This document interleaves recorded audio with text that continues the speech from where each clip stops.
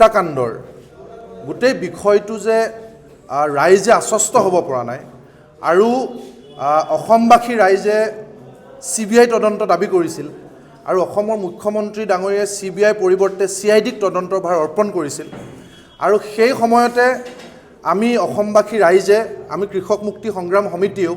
বিভিন্ন ধৰণে দাবী উত্থাপন কৰি আহিছিলোঁ যে ক'ৰবাত অসম চৰকাৰ বা মাননীয় মুখ্যমন্ত্ৰী ডাঙৰীয়াই গোটেই বিষয়টো আচলতে ক'ৰবাত কাৰোবাক ৰক্ষণাবেক্ষণ দিবৰ কাৰণে গোটেই এটা তদন্ত প্ৰক্ৰিয়াটো বেলেগ ফালে নিবলৈ চেষ্টা কৰিছে নেকি সেই সময়ত আমি বাৰম্বাৰ এটা কথা উত্থাপন কৰিছিলোঁ যে এই নৰ্থ ইষ্ট ফেষ্টিভেল আয়োজন কৰা আয়োজক বা সংগঠকগৰাকী হৈছে শ্যাম কানু মহন্ত কিন্তু এই অনুষ্ঠানটো আয়োজন কৰিছিলে উচ্চায়ুক্ত অৰ্থাৎ ছিংগাপুৰৰ ভাৰতৰ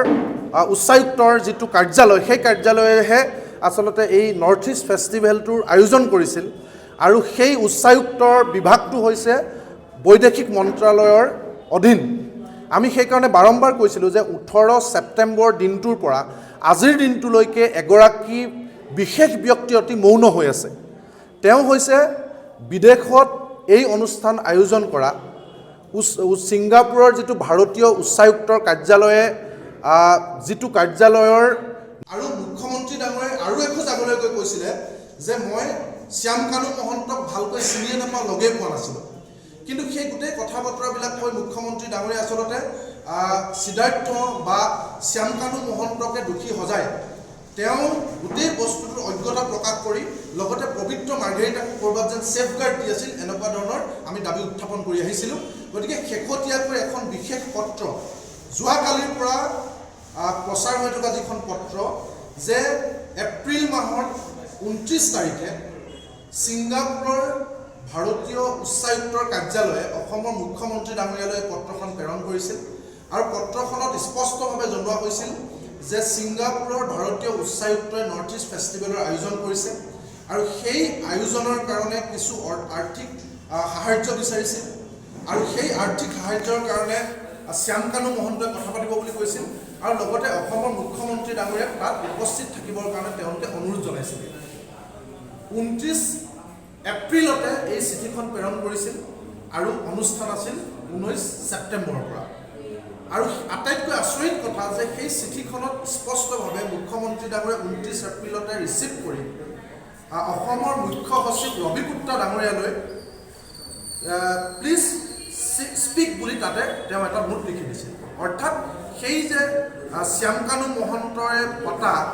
ভাৰতীয় উচ্চায়ুক্ত ছিংগাপুৰে যিটো নৰ্থ ইষ্ট ফেষ্টিভেলৰ আয়োজন কৰিছিল সেই আয়োজনৰ যে মুখ্যমন্ত্ৰী যাব পাৰিবনে নোৱাৰে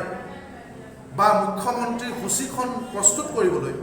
লগতে তালৈ কিমান পৰ্যায়ৰ আৰ্থিক অনুদান দিব পাৰি এই গোটেই বিষয়খিনি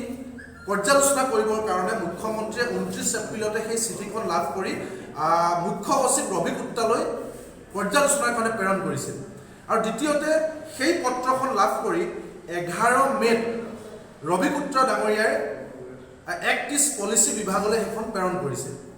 গতিকে এই এটা প্ৰক্ৰিয়া ইমান সুন্দৰকৈ চলি গৈছিল অৰ্থাৎ নৰ্থ ইষ্ট ফেষ্টিভেল আয়োজন কৰিবৰ কাৰণে অসম চৰকাৰে সৰ্বতো প্ৰকাৰে সহযোগিতা আগবঢ়াইছিল আৰু যেতিয়া জুবিন গাৰ্গক সেই নৰ্থ ইষ্ট ফেষ্টিভেললৈ নি কোনো ধৰণৰ কেয়াৰ নোলোৱাকৈ যত্ন নোলোৱাকৈ তেখেতক ইমানখিনি মানুহৰ সন্মুখত হত্যাৰ মুখলৈ ঠেলি দিয়া হ'ল বা হত্যা কৰা হ'ল তাৰপিছত কিন্তু অসমৰ মুখ্যমন্ত্ৰী ডাঙৰীয়া মই নাজানো চিনি নাপাওঁ বুলি কোৱাটোৱে আটাইতকৈ এটা ৰহস্যৰ সৃষ্টি কৰিছে আৰু ৰাইজে আশংকা কৰাৰ ধৰণে মুখ্যমন্ত্ৰী ডাঙৰীয়াই 29 এপ্ৰিলতে এই গোটেই কথাটো জানি মুখ্য সচিব ডাঙৰীয়াক এই বিষয়ে ব্যৱস্থা ল'বৰ কাৰণে জনোৱাৰ পিছতো কিয় আৰু কাৰ স্বাৰ্থত মুখ্যমন্ত্ৰী ডাঙৰীয়াই চিনি নাপাওঁ মই নাজানো বুলি আজিৰ দিনটোলৈকে তেওঁ মিছা মাতি আছিল এই কথাটো অসমৰ ৰাইজৰ সন্মুখত তেওঁ উত্তৰ দিব লাগে আৰু দ্বিতীয়তে পবিত্ৰ মাৰ্ঘেৰিটা যিজন মানুহ জুবিন গাৰ্গৰ একালৰ বন্ধু তেওঁৰ মেনেজাৰ আছিল তাৰপিছতো আচলতে তেওঁৰ বিভাগে মুখ্যমন্ত্ৰীলৈ 29 এপ্ৰিলতে চিঠি লিখি লজিষ্টিক ছাপৰ্ট আৰ্থিক সাহায্য মুখ্যমন্ত্ৰীৰ উপস্থিতি কামনা কৰাৰ পিছতো তেওঁ আজি কিয় মনে মনে আছে তেওঁ কিয় তদন্তৰ আওতালৈ অহা নাই এই কথাটো আমি আজি SIT আৰু CIDকো আমি জানিব বিচাৰিছোঁ যে হয় আজি বিহু কমিটিসকলক মতা হৈছে SIT চাহ বেপাৰীজনক মতা হৈছিল ক'ত জুবিন গাৰ্গ ডাঙৰীয়াই চাহ খাইছিল গতিকে এই চাহ বেপাৰী আৰু বিহু কমিটিক যেতিয়া তদন্তৰ আওতালৈ নিয়া হৈছে তাৰপিছত যিটো বিভাগে মাতি নি এই গোটেই ঘটনা সংঘটিত কৰাত হাৰপানি যোগালে সেই বিভাগটোৰ মন্ত্ৰীগৰাকী কিয় মতা হোৱা নাই তদন্তৰ আওতালৈ, কিয় মুখ্যমন্ত্ৰী তদন্তৰ আওতালৈ নাহিব, আজিৰ দিনটোত আমি এই প্ৰশ্ন উত্থাপন কৰিছোঁ। আৰু পুথি খলিহনাক চেপাত লগাই ৰৌ বৰালিক বচাই দিয়াৰ যিটো কাৰবাৰ, সেই ধৰণৰ কাৰবাৰ যাতে ইয়াত সংঘটিত নহয়, সকলো তদন্তৰ আওতালৈ আহক। মুখ্যমন্ত্ৰী আৰু পবিত্ৰ মাৰ্ঘেৰিটা যদি দুখী নহয়, তেতিয়াহ'লে তেওঁ স্বইচ্ছাই SIT সন্মুখলৈ আহক। আৰু 29 এপ্ৰিলত দিয়া চিঠিখন সত্য নে অসত্য, যিহেতু এক্টিছ পলিচি বিভাগে ITR ভিত্তিত এই চিঠিখন প্ৰদান কৰিছে, সেই চিঠিখন নিশ্চিতভাৱে সত্যতাত মুখ্যমন্ত্ৰী ডাঙৰ চহী আছে। গতিকে ইমান আগতীয়াকৈ গম পাই সকলো ছাপোৰ্ট দি অনুষ্ঠানটো আয়োজন কৰাৰ পিছত